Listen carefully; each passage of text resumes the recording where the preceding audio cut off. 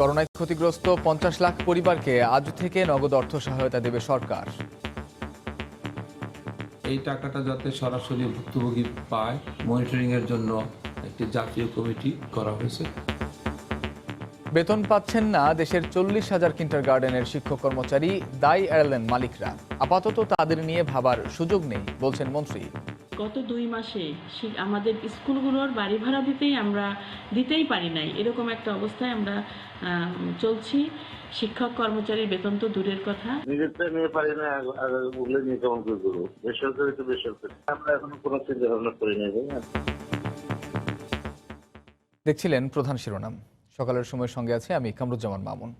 এবার অন্যান্য শীর্ষ সংবাদ। দেশে একদিনেই করোনায় মৃত্যুর রেকর্ড 19 জন। এ নিয়ে মোট মৃতের সংখ্যা 269। এ পর্যন্ত সর্বোচ্চ 1162 জন শনাক্ত। করোনা যুদ্ধ মোকাবিলায় যোগ দিলেন 2000 নতুন চিকিৎসক। হাসপাতাল থেকে কোনো রোগীকে ফেরত দেয়া যাবে না বলে হুঁশিয়ারি স্বাস্থ্যমন্ত্রীর।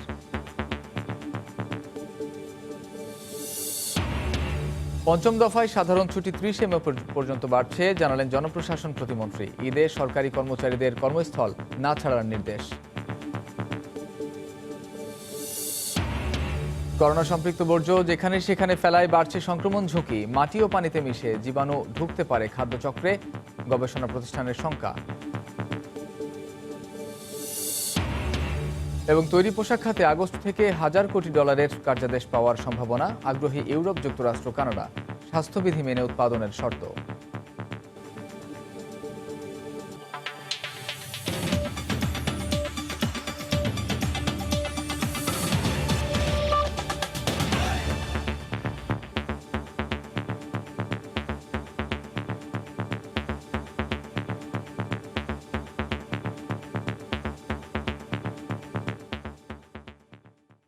করোনায় দরিদ্রদের সহায়তায় দেশের ইতিহাসে প্রথমবারের মতো 50 লাখ পরিবারকে 1250 কোটি টাকা নগদ অর্থ সহায়তার আওতায় আনছে সরকার।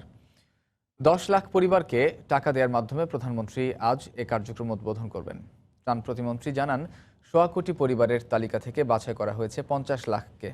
কোনো মধ্যস্থতাকারী ছাড়াই সরাসরি মোবাইল অ্যাকাউন্টে চলে যাবে এই টাকা। অর্থনীতিবিদরা বিষয়টিকে মাইল ফলক বলছেন। মাহমুদ রাকিবের রিপোর্ট। গত মার্চের শেষ দিকে দেশে করোনা হানা দেওয়ার পরই সংক্রমণ রোধে সাধারণ ছুটি ঘোষণা করা হয়। জারি হয় অঘোষিত লকডাউন। এতে কাজ হারিয়ে আয় বন্ধ হয়ে যায় লাখ লাখ মানুষের। 24 মার্চ থেকে এ পর্যন্ত প্রায় 5 কোটি মানুষকে তাই ত্রাণ সহায়তা দিয়েছে সরকার। ত্রাণের পাশাপাশি ঈদ উপহার হিসেবে এবার প্রধানমন্ত্রীর পক্ষ থেকে 4টি মোবাইল ব্যাংকিং এর মাধ্যমে 50 লাখ পরিবারকে নগদ 2500 টাকা করে দেওয়া হবে সরাসরি অর্থ সহায়তা। যেখানে কুলি, হকার, রিক্সা ও ভ্যান চালক, কৃষক, নির্মাণ কিংবা পরিবহন শ্রমিক এবং দোকানদার সহ নিম্নবিত্তদের প্রাধান্য দেওয়া হয়েছে। তালিকা প্রস্তুতকারীরা বলছেন, যেহেতু পরিচয়পত্র ছাড়া মোবাইল ব্যাংক হিসাব খোলা সম্ভব নয়, তাই এখানে দুর্নীতির কোনো সুযোগই নেই। ত্রাণ মন্ত্রণালয় থেকে একটি জাতীয় কমিটি এবং জেলা কমিটি এবং উপজেলা কমিটি ও ইউনিয়ন কমিটি, ওয়ার্ড কমিটি গঠন করে দিয়েছে। এই কমিটি ওই ওয়ার্ডের যে সমস্ত কর্মহীন মানুষ আছে তাদের তালিকা করে যাচাই বাছাই করে উপজেলা নির্বাহী অফিসারের সভাপতিত্বে এটি অনুমোদন দেওয়া হয়েছে। দুর্যোগ ব্যবস্থাপনা ও ত্রাণ মন্ত্রণালয় জানিয়েছে, দারিদ্র সীমার নিচে থাকা প্রায় 2 কোটি মানুষ যাতে স্বাচ্ছন্দ্যে রমজান ও ঈদ পালন করতে পারে, এজন্যই প্রধানমন্ত্রীর এই উদ্যোগ। 14 থেকে 18 মে পর্যন্ত 5 দিনে পৌঁছে যাবে এ টাকা। 1,25 লক্ষ পরিবারের তালিকা করেছি। অতি দরিদ্র বলা যায় যাদেরকে, তাদের মধ্যে থেকে অগ্রাধিকার ভিত্তিতে এই তালিকাটি করা হয়েছে। টাকাটি সরাসরি নগদ, বিকাশ, রকেট এবং শিওর ক্যাশের মাধ্যমে উপকারভোগীদের হাতে চলে যাবে। এই টাকাটা যাতে সরাসরি ভুক্তভোগী পায়, মনিটরিং এর জন্য একটি জাতীয় কমিটি করা হয়েছে। এখানে কোনো অনিয়ম বা দুর্নীতির সুযোগ নাই। অর্থনীতিবিদরা এই উদ্যোগকে স্বাগত জানিয়ে বলছেন, প্রকৃত দরিদ্রদের তালিকাভুক্ত করাটাই মূল চ্যালেঞ্জ। এই উদ্যোগ যারা খাদ্য চাইতে সংকোচ বোধ করেন তাদেরকে হেল্প করবে তাদের জীবিকা নির্বাহ করতে। আগামী 3 মাস অন্তত এই অর্থ সাহায্য দেওয়া উচিত এবং অর্থ সাহায্য দেওয়ার ক্ষেত্রে যাতে ডুপ্লিকেশন না হয়, যার দরকার আছে তারা যেন বাদ না পড়ে যান। সরকারের উদ্যোগ অবশ্যই প্রশংসনীয়। খাদ্যের মাধ্যমে ত্রাণ দেওয়ার পদ্ধতি, সেখানে যে দুর্নীতির সমস্যাটি ছিল এটি নিশ্চিত করতে হবে যে এই পদ্ধতিতে যাতে এই সমস্যার উদ্ভব না হয়। গত সোমবার অর্থ মন্ত্রণালয়ের অর্থ বিভাগের 2 শাখা থেকে এই 1257 কোটি টাকা ছাড় দেওয়া হয়েছে। মাহমুদ রাকিব, সময় সংবাদ, ঢাকা। বন্ধ স্কুল কবে খুলবে জানা নেই, শিক্ষার্থী নেই, তাই বেতনও নেই শিক্ষকদের। এই অবস্থা দেশের প্রায় 40,000 কিন্ডারগার্টেনের 6 লক্ষাধিক শিক্ষক কর্মচারীর। বেঁচে থাকতে সরকারের সহযোগিতা চান তারা। স্কুল মালিকরা বলছেন, শিক্ষকদের বেতন তো দূরের কথা, বাড়ি ভাড়া দিতে না পারায় স্কুলই বন্ধ করে দিতে হচ্ছে তাদের। প্রাথমিক ও গণশিক্ষামন্ত্রী বলছেন, তাদের নিয়ে আপাতত ভাবা হচ্ছে না। এহসান জুয়েলের রিপোর্ট। শিশুদের কলকাকলিতে মুখরিত একসময়ের স্কুল প্রাঙ্গণ। এরকম প্রায় 40,000 কিন্ডারগার্টেনে পড়াশোনা দেশের কোটি শিক্ষার্থীর। গত 16 মার্চ থেকে একযোগে বন্ধ ঘোষণা করা হয় দেশের সব শিক্ষা প্রতিষ্ঠান। সম্প্রতি সীমিত পরিসরে বিভিন্ন সরকারি বেসরকারি প্রতিষ্ঠান খুলে দেওয়া হলেও আগামী সেপ্টেম্বর পর্যন্ত শিক্ষা প্রতিষ্ঠানগুলো বন্ধ রাখার ইঙ্গিত মিলেছে। বন্ধ স্কুল গাড়ির চাকা, ধুলো পড়া খেলার সামগ্রী। নীরব এই শিক্ষা প্রতিষ্ঠানগুলো নিভৃতে নিঃস্ব করে দিচ্ছে এখানকার প্রায় 6 লাখ শিক্ষক কর্মচারীকে। এই স্কুলগুলোর শিক্ষকদের বেতন হয় শিক্ষার্থীদের ফি আর টিউশনি থেকে। ফি আদায় করা যাচ্ছে না, আবার নিষেধাজ্ঞার কারণে টিউশনিও বন্ধ। অনেকটা মানবেতর জীবনযাপন করছেন শিক্ষকরা। স্কুল বন্ধ থাকার কারণে শিক্ষক কর্মচারীদের বেতন দেওয়া সম্ভব হচ্ছে না। ইতিমধ্যে অনেক বাড়িওয়ালাই আমাদেরকে নোটিশ করেছে বাড়ি ছেড়ে দেওয়ার জন্য।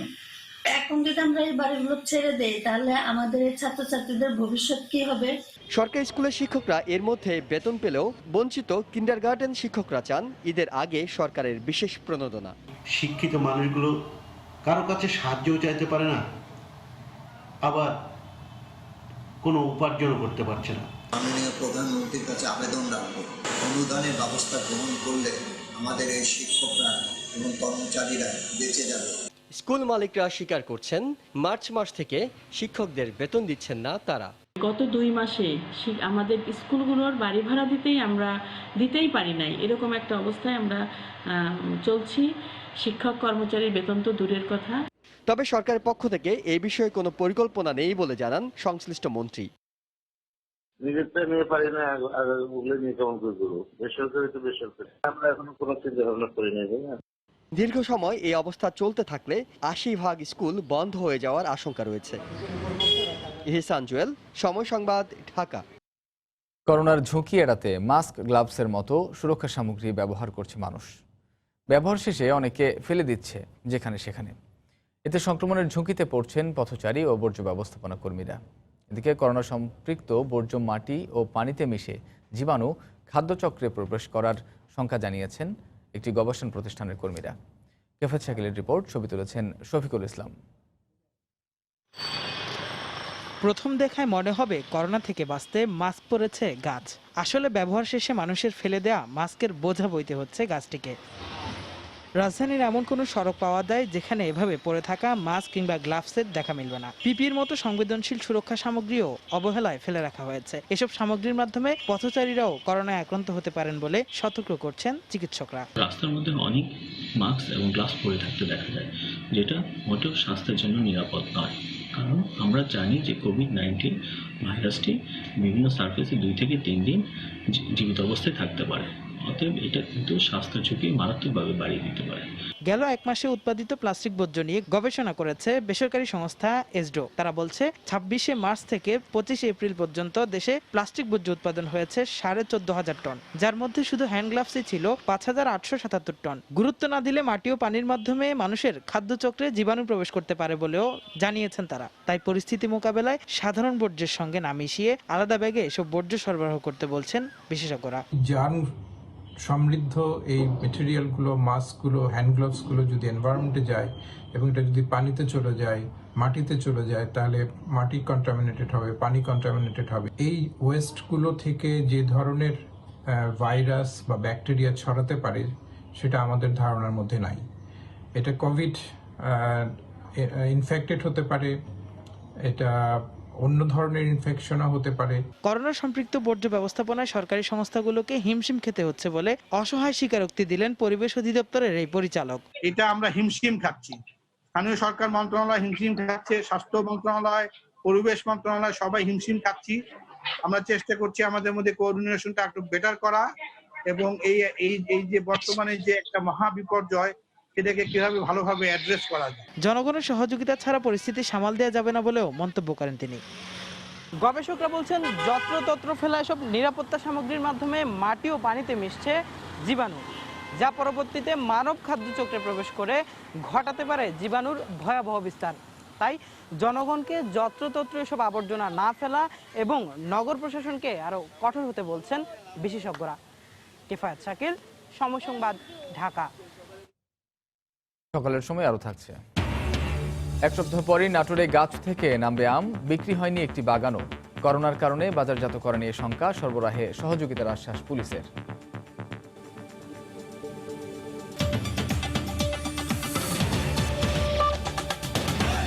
দেশে গেল 24 ঘন্টায় করোনা ভাইরাসে শনাক্ত ও মৃত্যু রেকর্ড ছাড়িয়েছে। একদিনে সর্বোচ্চ 1162 জনের দেহে ভাইরাস শনাক্ত হয়েছে, মারা গেছেন 19 জন। এ নিয়ে মৃতের সংখ্যা 269 এবং শনাক্ত প্রায় 18,000। গতকাল দুপুরে স্বাস্থ্য অধিদপ্তরের নিয়মিত অনলাইন ব্রিফিংয়ে এ তথ্য জানানো হয়। মে মাসে দেশে সর্বোচ্চ সংখ্যক আক্রান্ত হবেন এমন ধারণা যেন সত্য প্রমাণিত হচ্ছে।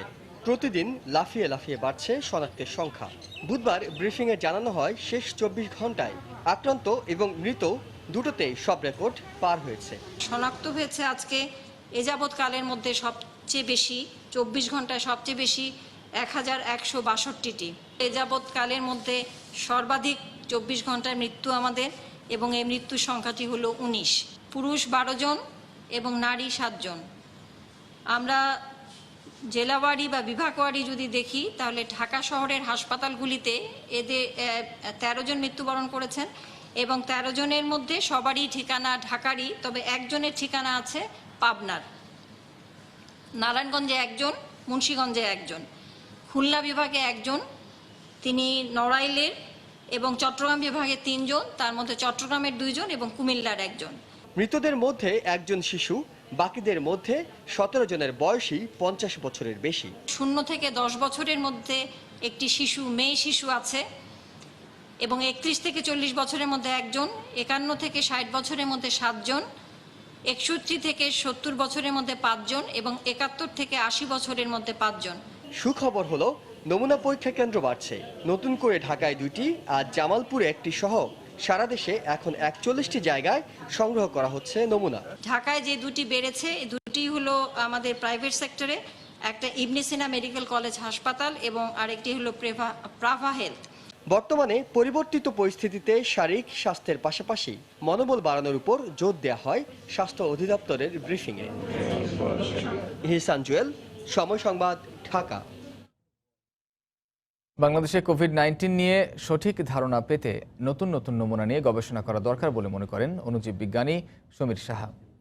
কোভিড-19-এর জীবনচক্র উদ্ভাবন করা এই বিজ্ঞানী বলছেন, কয়েক দফায় ভোল পাল্টানো এই ভাইরাসের স্বরূপ জানতে আরও সময় লাগবে।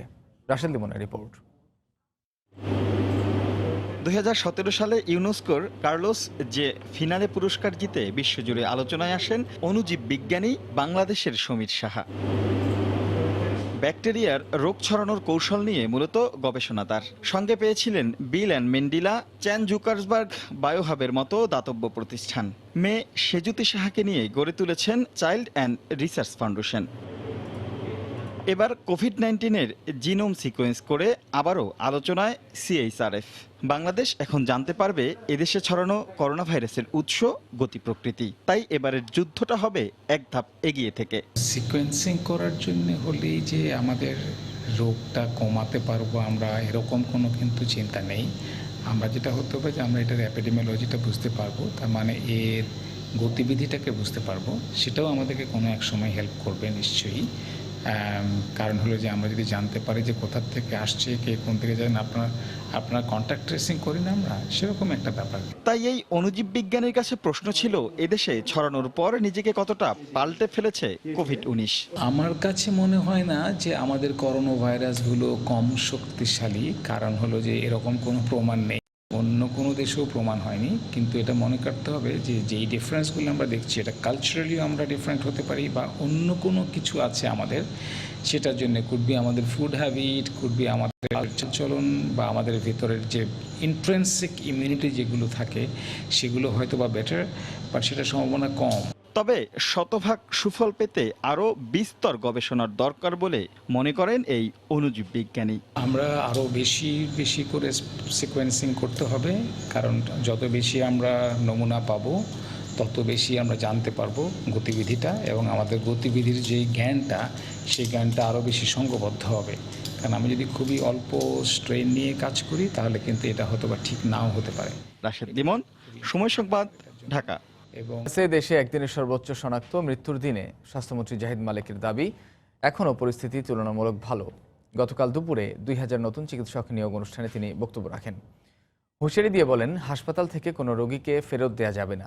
এদিকে বৈশ্বিক মহামারী করোনা পরিস্থিতিতে ফ্রন্টলাইনার যোদ্ধা হিসেবে যোগ দেয়াকে চিকিৎসক হিসেবে নেয়া শপথ বাস্তবায়নের সুযোগ বলে মনে করেন নতুন নিয়োগপ্রাপ্তরা। করোনা মোকাবেলায় হিমশিম খাচ্ছে সারা দুনিয়ার স্বাস্থ্য ব্যবস্থা। মানুষের সেবা করতে গিয়ে জীবন দিয়েছেন অসংখ্য ফ্রন্টলাইনার যোদ্ধা চিকিৎসক। বাংলাদেশেও আক্রান্ত হচ্ছেন অনেক চিকিৎসক, পাঠাতে হচ্ছে কোয়ারেন্টিনে। এই বাস্তবতায় প্রজ্ঞাপন জারির মাত্র 7 কর্মদিবসের মধ্যে কাজে যোগ দিলেন 2000 সহকারী সার্জন। বিশেষ ওরিয়েন্টেশন অনুষ্ঠানে অংশ নেয়া চিকিৎসকরা জানালেন, মহামারী পরিস্থিতিতে নিয়োগ পেয়ে তারা নিজেদের সৌভাগ্যবান মনে করছেন। জয়েন করে খুব ভালো লাগছে যে আমি ফ্রন্টলাইনে আমি মানুষের সেবা দিতে পারবো। এরকম একটা পরিস্থিতিতে আমি মনে করি এটা আমাদের জন্য আশীর্বাদ স্বরূপ। আমরা যাতে নিজেরা নিজেদেরকে সুরক্ষিত রেখে মানুষের পাশে দাঁড়াতে পারি, তাদের সেবা করতে পারি, এটাই এখন সবচেয়ে বড় চ্যালেঞ্জ। যথাসম্ভব মেধা, চেষ্টা, পরিশ্রম দিয়ে কাজটা এগিয়ে নেওয়ার এবং কোভিডের সাথে যুদ্ধ করার দৃঢ় অঙ্গীকার ব্যক্ত করছি। প্রধান অতিথির বক্তৃতায় স্বাস্থ্যমন্ত্রী বলেন, চিকিৎসকদের সুরক্ষায় সরকার সব ব্যবস্থা নিয়েছে। হাসপাতাল থেকে রোগী ফিরিয়ে দেয়া বড় অপরাধ বলেও মন্তব্য করেন তিনি। আপনারা কোভিড রোগী চিকিৎসা করবেন, নন কোভিড রোগীও আপনারা চিকিৎসা করবেন। চিকিৎসার মধ্যে কোনো আমাদের তফাৎ করা যাবে না। সকলেই রোগী যারা হবেন সকলকে একই ধরনের সেবা আমাদেরকে দিতে হবে। সারা বিশ্বে কোভিড বিভিন্ন পর্যায়ে, ইউরোপ, আমেরিকাতে আপনারা দেখেছেন কি অবস্থা, সেই তুলনায় বাংলাদেশ অনেক ভালো আছে। এ সময় তিনি আরো দাবি করেন, যথাযথ পিপিই না পরায় চিকিৎসকদের অনেকেই সংক্রমিত হয়েছেন। সুরক্ষিত রাখতে হবে। ওমর ফারুক, সময় সংবাদ, ঢাকা। আবারও বাড়ানো হচ্ছে সাধারণ ছুটির মেয়াদ। পঞ্চমবারের মতো এই ছুটি 30 মে পর্যন্ত বৃদ্ধি করা হতে পারে বলে জানিয়েছেন জনপ্রশাসন প্রতিমন্ত্রী ফরহাদ হোসেন। তবে এই সময়ে সরকারি কর্মচারীদের কর্মস্থল না ছাড়ার নির্দেশ রয়েছে। পাশাপাশি যান চলাচলের নিষেধাজ্ঞা বহাল রাখা হয়েছে। এ সময়ের মধ্যে যান চলাচলের নিষেধাজ্ঞা আরও কঠোরভাবে বাস্তবায়নের নির্দেশ দেন তিনি। ছুটির সময় জনসাধারণ ও সব কর্তৃপক্ষকে অবশ্যই স্বাস্থ্য বিভাগের জারি করা নির্দেশনা কঠোরভাবে মেনে চলতে হবে। এ সংক্রান্ত প্রজ্ঞাপন আজ জারি করা হতে পারে বলেও জানায় মন্ত্রণালয়। প্রধানমন্ত্রী ইতিমধ্যে আমাদের নির্দেশনা পাঠিয়েছেন যে আমাদের এই সাধারণ ছুটিটা এটা আগামী 30 মে পর্যন্ত বর্ধিত করা হলো, এবং এই সময়ে বিশেষ করে ঈদের সময়তে যাতে করে এই সাধারণ গাড়ি ঘোড়া যেগুলো চলাফেরা এগুলো যাতে করে আরো কমে এবং এগুলোকে চলাচলের ক্ষেত্রে বিশেষ বিধিনিষেধ আরোপ করা হবে। এবং এই ঈদকালীন সময়তে আমাদের সরকারি কর্মচারী তো বটেই, এবং আমাদের সাধারণ নাগরিক যারা আছেন তারা স্ব জায়গাতে নিজ নিজ জেলায় নিজ নিজ জায়গাতেই তারা ঈদ উদযাপন করবেন। করোনা ভাইরাসের এই দুঃসময়ে স্বাস্থ্যবিধি মেনে উৎপাদন সম্ভব হলে আগামী আগস্ট থেকে সেপ্টেম্বর হলিডে এবং অক্টোবর থেকে ডিসেম্বর স্প্রিং মৌসুমে অন্তত 1000 কোটি মার্কিন ডলারের কার্যাদেশ পাওয়ার সম্ভাবনা সৃষ্টি হয়েছে দেশের তৈরি পোশাক খাতে। বিশেষ করে প্রতিদ্বন্দ্বী দেশগুলোতে করোনার প্রভাব তুলনামূলক বেশি হওয়ায় ইউরোপীয় ইউনিয়নের পাশাপাশি মার্কিন যুক্তরাষ্ট্র এবং কানাডার ক্রেতারা বাংলাদেশ থেকে পণ্য কিনতে আগ্রহ প্রকাশ করছেন। স্বাক্ষর টিপুর ক্যামেরায় বিস্তারিত জানাচ্ছেন কমল দে। বছরের 12 মাসকে 4 ভাগে ভাগ করে বাংলাদেশ থেকে তৈরি পোশাক কিনে আন্তর্জাতিক ক্রেতারা। এর একটি মৌসুম শুরুর অন্তত 3 মাস আগে কার্যাদেশ দেয় তারা। কিন্তু চলতি বছর জুন জুলাইয়ের ফল মৌসুম শুরুর আগেই করোনা ভাইরাসের সংক্রমণ শুরু হওয়ায় বিপর্যয়ের মুখে পড়ে তৈরি পোশাক শিল্প খাত। কিন্তু সমালোচনা সত্ত্বেও 26 এপ্রিল থেকে খোলা হয় দেশের অধিকাংশ গার্মেন্টস কারখানা। এর মধ্যে শুরু হয়েছে আসন্ন হলিডে এবং স্প্রিং মৌসুমের কার্যাদেশ আসা। এখন তারা আস্তে আস্তে একটা ট্রাস্টের মধ্যে আসতেছে, আমরাও স্যাম্পল দিচ্ছি, অর্ডারগুলো এখন আস্তে আস্তে ডেভেলপ হচ্ছে। এটা কিন্তু লেংদি প্রসেস, এটা একদিনে নয়, এটা 90 দিন 100 দিন এরকম একটা টাইম লাগে। জুলাই মাসের আগে হলিডে এবং আগস্ট মাসে স্প্রিং মৌসুমের মালামাল প্রস্তুতের তাগদা দিচ্ছে বায়াররা। একই সাথে কারখানা শ্রমিকদের করোনা ভাইরাস সংক্রমণ থেকে রক্ষার জন্য স্বাস্থ্যবিধি মেনে চলার কঠিন সত্য দেওয়া হয়েছে তাদের পক্ষ থেকে। আমরা খুব রিলিজিয়াসলি ব্যবসাটা করি, এই ব্যাপারে বায়াররা খুব আন্তরিক এবং আমাদের উপর আস্থা রাখেন। সেই আস্থার জায়গা থেকে তারা ব্যবসায় ফিরে আসতে চাইতেছেন এবং আসতেছেন। ফল মৌসুমে বাংলাদেশ পোশাক শিল্প খাত $3 বিলিয়ন মার্কিন ক্ষতির মুখে পড়ল। আগামী 2 মাসের কার্যাদেশে তা কাটিয়ে ওঠার আশা করছেন গার্মেন্টস মালিকেরা। জাপানও এখন বাংলাদেশ থেকে পোশাক কিনতে আগ্রহ প্রকাশ করছে। আমাদের যে হলিডে সিজনগুলো আছে, স্প্রিং সিজনের যে অর্ডারগুলো আছে, এগুলিতে বেশ বড় বড় অর্ডারের অফার আমরা অলরেডি পাচ্ছি। উৎপাদন যদি আমরা অব্যাহত রাখতে পারি, আমাদের যে ক্ষতিটা ফলে হয়েছে সেটাকে পুষিয়ে নেওয়াটা আমাদের সম্ভব হবে। দেশে 4,500-এর বেশি গার্মেন্টস কারখানায় শ্রমিক রয়েছেন 80 লাখ। বিশ্বে পোশাক রপ্তানিতে দ্বিতীয় স্থানে রয়েছে বাংলাদেশ। কমল দে, সময় সংবাদ, চট্টগ্রাম। প্রতি বছর আম নামানোর আগে 3 দফায় বাগান বিক্রি হলেও এবার করোনা ভাইরাসের কারণে চিত্রটা উল্টো। আম বাজারজাত করতে না পারার আশঙ্কায় ব্যবসায়ীরা বাগান মালিকদের কাছ থেকে আম কেনেননি। এতে আম বিক্রি ও দাম নিয়ে দুশ্চিন্তায় বাগান মালিকরা। 20 মে থেকে নাটোর জেলায় গাছ থেকে আম নামানো শুরু হবে। পুলিশ সুপার জানান, বাজারের নিরাপত্তা সহ জেলার বাইরে আম পাঠাতে সহযোগিতা করা হবে। নাটোর প্রতিনিধি আল মামুনের তথ্য ছবিতে রিপোর্ট। আগামী 20 মে থেকে নাটোর জেলার প্রায় 6,500 ছোট বড় বাগান থেকে আম নামানো শুরু হবে। প্রতি বছর মুকুল আসা থেকে শুরু করে আম নামানোর আগ পর্যন্ত বাগান বিক্রি হয় 3 দফায়। তবে করোনা ভাইরাসের কারণে বাগান বেচাকেনা হয়নি এবার। এতে করে বাগান মালিকরা অগ্রিম টাকা থেকে বঞ্চিত হয়েছেন। আমবাজারের পূর্ব অভিজ্ঞতা না থাকায় বিক্রি ও দাম পাওয়া নিয়ে শঙ্কায় বাগান মালিকরা। এখানে কোনো পার্টি আসে নাই, আমরা এই বাগান বিক্রি করতে পারি নাই। আম এবার বিক্রি করতে পারবো কি না, তো এই নিয়ে খুব চিন্তিত আছি। করোনা ভাইরাসের প্রভাবে বাজারজাতে অনিশ্চয়তা থাকায় ব্যবসায়ীরা বাগান কিনেননি। গত বছর আমের প্রকারভেদে 40 থেকে 60 টাকা কেজি বিক্রি হলেও এবার কি দাম হবে তার নিশ্চয়তা নেই। 20 মের পর বাজার পরিস্থিতি ভালো হলে ব্যবসায়ীরা বাগান থেকেই আম কিনবেন। রাজধানীতে পাঠাতে পারবো কিনা এই চিন্তা ভাবনা করে আমি কেনাকাটা বন্ধ করে দিচ্ছি। আম চাষিরা যে ক্ষতির মুখে পড়েছে তাদেরকে অবশ্যই ভর্তুকি দিয়ে সে আম চাষিদের পাশে সরকার দাঁড়াবে, এটা আমার প্রত্যাশা। অবশ্য জেলা পুলিশ আশ্বাস দিয়েছে দেশের বিভিন্ন স্থানে আম পরিবহনের জন্য যানবাহনের ব্যবস্থা করবে। যাতে আমগুলো ঢাকা জেলার বাইরে যেখানে যেখানে যাবে সেগুলো নেওয়ার জন্য পরিবহনের সঙ্গে কথা বলেছি। আমরা আশা করছি যে এই সময়ের মধ্যে আমাদের ব্যবস্থা নিতে পারবো। কৃষি বিভাগ বলছে রোজার পর ব্যাপক হারে আম উঠবে, আমের দামও ভালো থাকবে। ভোক্তাগণ তাদের যে চাহিদা মাফিক আম কিনবে এবং সেটি গ্রহণ করবে। এ কারণে গত বছরের তুলনায় আমরা এবছর কৃষক ভালো দাম পাবে এটি প্রত্যাশা করছি। জেলার 5,500 হেক্টর জমিতে 6,500 বাগানে প্রায় 77,000 মেট্রিক টন আম উৎপাদনের আশা করছে কৃষি বিভাগ। সময় সংবাদ, নাটোর। করোনার হটস্পট জেলা নারায়ণগঞ্জে গত 2 মাস ধরে চরম ঝুঁকির মধ্যেও দৃঢ়তার সাথে দায়িত্ব পালন করছে পুলিশ বাহিনী। জেলায় কোনো পুলিশ সদস্য মারা না গেলেও আক্রান্ত হয়েছেন অনেক সদস্য। নানা প্রতিকূলতার মধ্যেও সুস্থ হয়ে কাজে ফিরেছেন অনেকেই। জেলা পুলিশের শীর্ষ কর্মকর্তা বলছেন, কর্মক্ষেত্র সুরক্ষিত করার পাশাপাশি পুলিশের মনোবল বাড়াতে নানা ধরনের পদক্ষেপ নেওয়া হচ্ছে। শওকত আলী শওকতের তথ্য ছবি নিয়ে রিপোর্ট। শিল্প সমৃদ্ধ জেলা নারায়ণগঞ্জে করোনা পরিস্থিতির অবনতির ফলে আক্রান্তের সংখ্যা প্রতিদিনই উদ্বেগজনক হারে বাড়ছে। এ পর্যন্ত জেলায় করোনা ভাইরাসে আক্রান্ত হয়েছেন 1075 জন, মৃত্যু হয়েছে 57 জনের। পরিস্থিতির নিয়ন্ত্রণে শুরু থেকেই প্রথম সারির যোদ্ধা হিসেবে রাজপথে কাজ করছেন পুলিশ বাহিনী। চাহিদা অনুযায়ী পর্যাপ্ত জনবল না থাকলেও জীবনের ঝুঁকি নিয়ে করোনায় আক্রান্ত ব্যক্তিদের বাড়ি লকডাউন করা, খাবার পৌঁছে দেওয়া ও সামাজিক দূরত্ব নিশ্চিত করতে সাধ্যমতো দায়িত্ব পালন করছেন তারা। এসব সেবা দিতে গিয়ে করোনায় আক্রান্ত হয়ে পড়েছেন পুলিশ সদস্যরা। পুলিশ মানুষের জন্য কাজ করছে, দেশের জন্য কাজ করছে, তখন আর সেই ভয়টা, সেই সংকোচ বোধটুকু আর থাকে না। জনগণকে এটা বুঝাইতে চাচ্ছি, জনগণ তা বুঝতেছে না এবং যার দায়বদ্ধ জনগণের যেতে হবে। তবে করোনায় আক্রান্তদের চিকিৎসার জন্য জেলা পুলিশ লাইন্স এবং শহরের AKM শামসুজ্জোহা ক্রীড়া কমপ্লেক্সে আইসোলেশন সেন্টার স্থাপন করা হয়েছে। আমরা এই 2 আইসোলেশন সেন্টারে যাদেরকে রেখেছি এরা আসলে উপসর্গহীন যারা শারীরিকভাবে সুস্থ শুধুমাত্র তাদেরকে আমরা এখানে রেখেছি। আমরা প্রতিনিয়ত বিশেষজ্ঞ চিকিৎসকদের সাথে কথা বলে চিকিৎসাটা দিয়ে যাচ্ছি। করোনা দুর্যোগে পুলিশ বাহিনীর সেবার প্রশংসা করেছেন সাধারণ মানুষ। আমাদের সচেতন করার জন্য ওনারা মোটামুটি খোঁজখবর নিতেছে। এই অন্তিম লগ্নে আমরা যা দেখলাম পুলিশের যে ভূমিকা, এটা আমি স্যালুট। জেলা পুলিশ সুপার জানান, পুলিশের মনোবল বৃদ্ধিতে নানাভাবে মানসিক শক্তি যোগানো হচ্ছে। স্বাস্থ্য সুরক্ষার জন্য যা যা দরকার ফোর্সকে সেটাই আমরা দিয়েছি। সেই সাথে ফোর্সকে কিন্তু আমরা ভিটামিন সি, তারপর অস্টাকাল ডি, জিঙ্ক এই ধরনের যে ওষুধগুলি সেগুলো আমরা নিয়মিত সাপ্লাই দিয়ে যাচ্ছি। করোনায় আক্রান্ত হয়েছেন 97 জন পুলিশ সদস্য। তাদের মধ্যে সুস্থ হয়ে কর্মক্ষেত্রে যোগ দিয়েছেন 7 জন। জেলা 7টি থানা ও পুলিশ লাইন্সের অধীনে কাজ করছেন 2200 পুলিশ সদস্য। দেখছেন সকালের সময়। জটিল প্রক্রিয়া হওয়ায় ভার্চুয়াল আদালত নিয়ে আপত্তি জানিয়েছেন যশোরের আইনজীবীরা।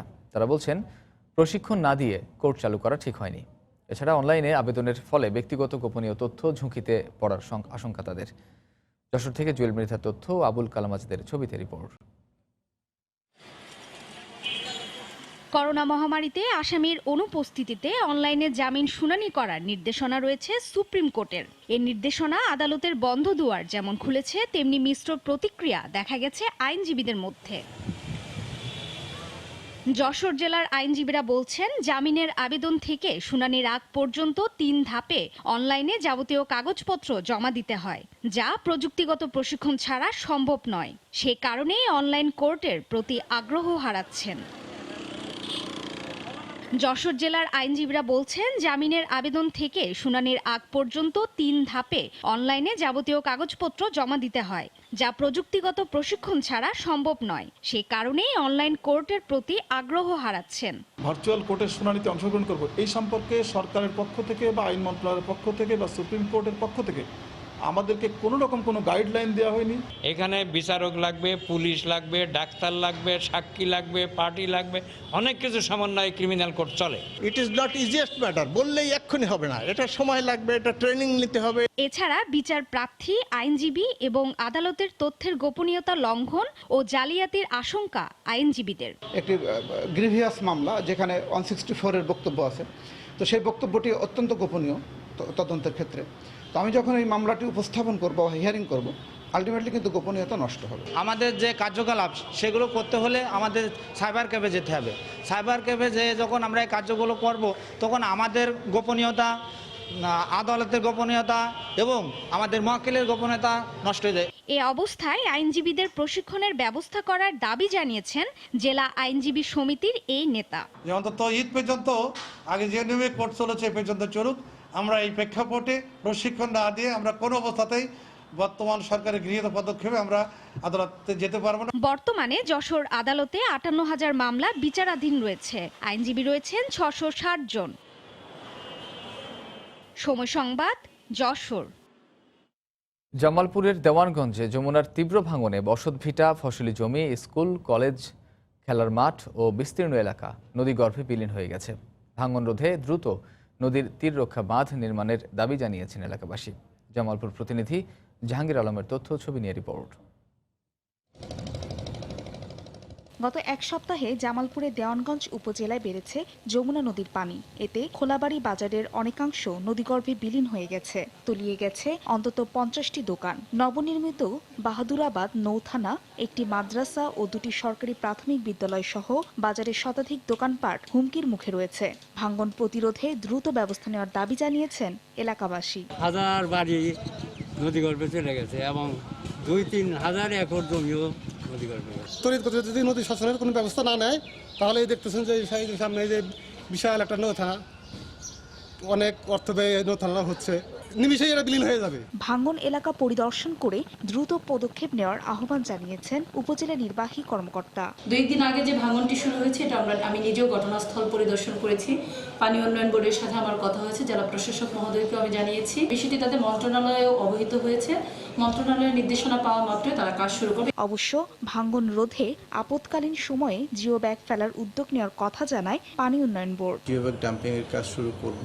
এর পাশাপাশি আমরা খোলাবাড়ির চর সহ তৎসংলগ্ন প্রায় 5 কিলোমিটার এলাকা স্থায়ী ভাঙন রোধে একটি প্রকল্প প্রণয়ন করছি।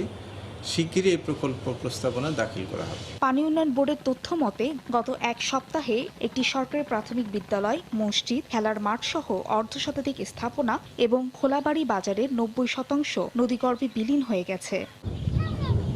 সময় সংবাদ, জামালপুর। সকালের সময়ের শীর্ষ সংবাদ জানিয়ে দিচ্ছে আরেকবার।